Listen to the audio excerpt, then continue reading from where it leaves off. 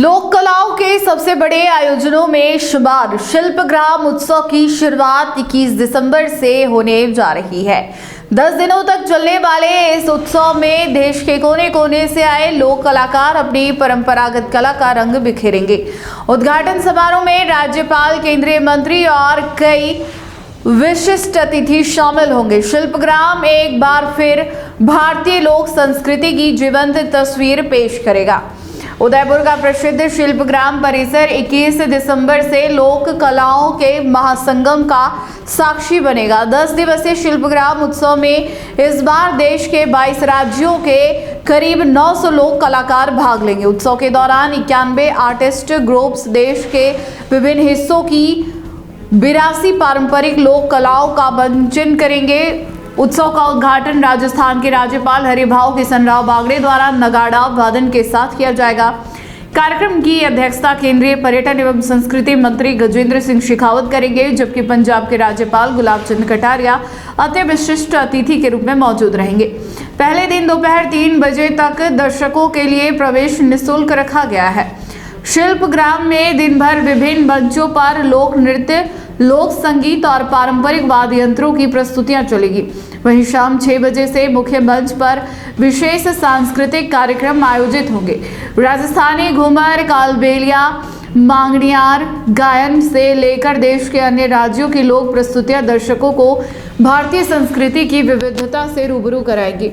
उत्सव में करीब 400 क्राफ्ट स्टॉल्स लगेगी, जहां देश भर के कारीगर अपने हस्तशिल्प का प्रदर्शन और विक्रय करेंगे। साथ ही फूड जोन में विभिन्न राज्यों के पारंपरिक व्यंजनों का स्वाद भी मिलेगा। शिल्पग्राम उत्सव न केवल मनोरंजन बल्कि लोक परंपराओं के संरक्षण और संवर्धन का भी एक सशक्त मंच बनेगा।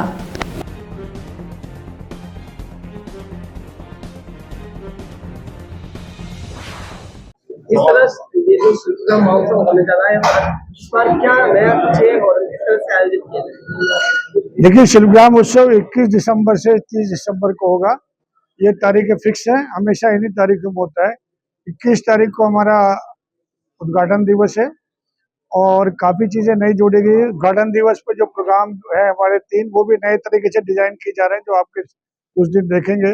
इसके अलावा आपने देखा होगा हमारे यहाँ एक गणगौर जो हम उत्सव मनाया गया, उसको लेके हम मिट्टी के पतले भी कुछ लगाए तैयार किए जा रहे हैं, जो प्रदर्शित किया जाएगा। 12 हमने बड़े बड़े पब्लिक आर्ट के पत्थरों से तराशे हुए मूर्तियां जो लगाई जा रही हैं, जिनपे आप जो आम जनता से जिसे कहते हैं ना समझ पाती है कौन सा आर्ट है, वो भी है। कई आर्ट फॉर्म नए हमने बुलाए हैं, जो दिन भर लगातार परफॉर्मेंस होगी। शाम की परफॉर्मेंस जो होगी वो 6 बजे होगी मेन मंच के ऊपर। इसके अलावा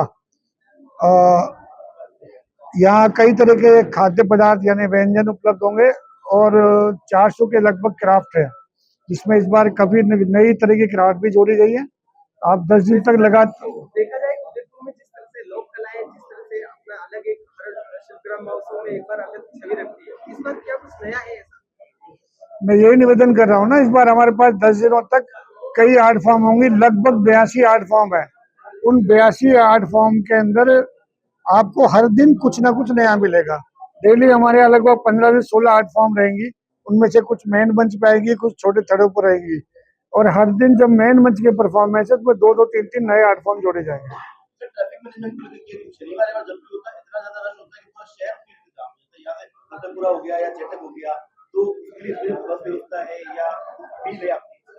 इसके 2 पहलू हैं। पहली बात तो ये मानिए कि शिल्पग्राम की सफलता है कि लोग इतने आ रहे हैं।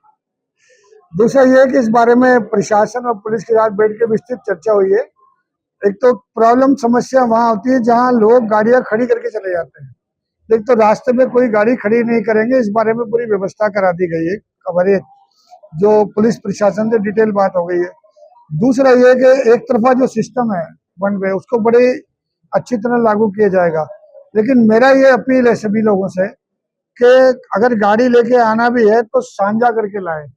2 लोग हैं गाड़ी में बैठ के आ रहे हैं तो नेचुरल है गाड़ी इतनी ना, तो चूंकि सबसे बड़ी अगर पार्किंग की जगह है तो शिल्पग्राम में ही है, उसके बाद भी ये कम पड़ जाती है।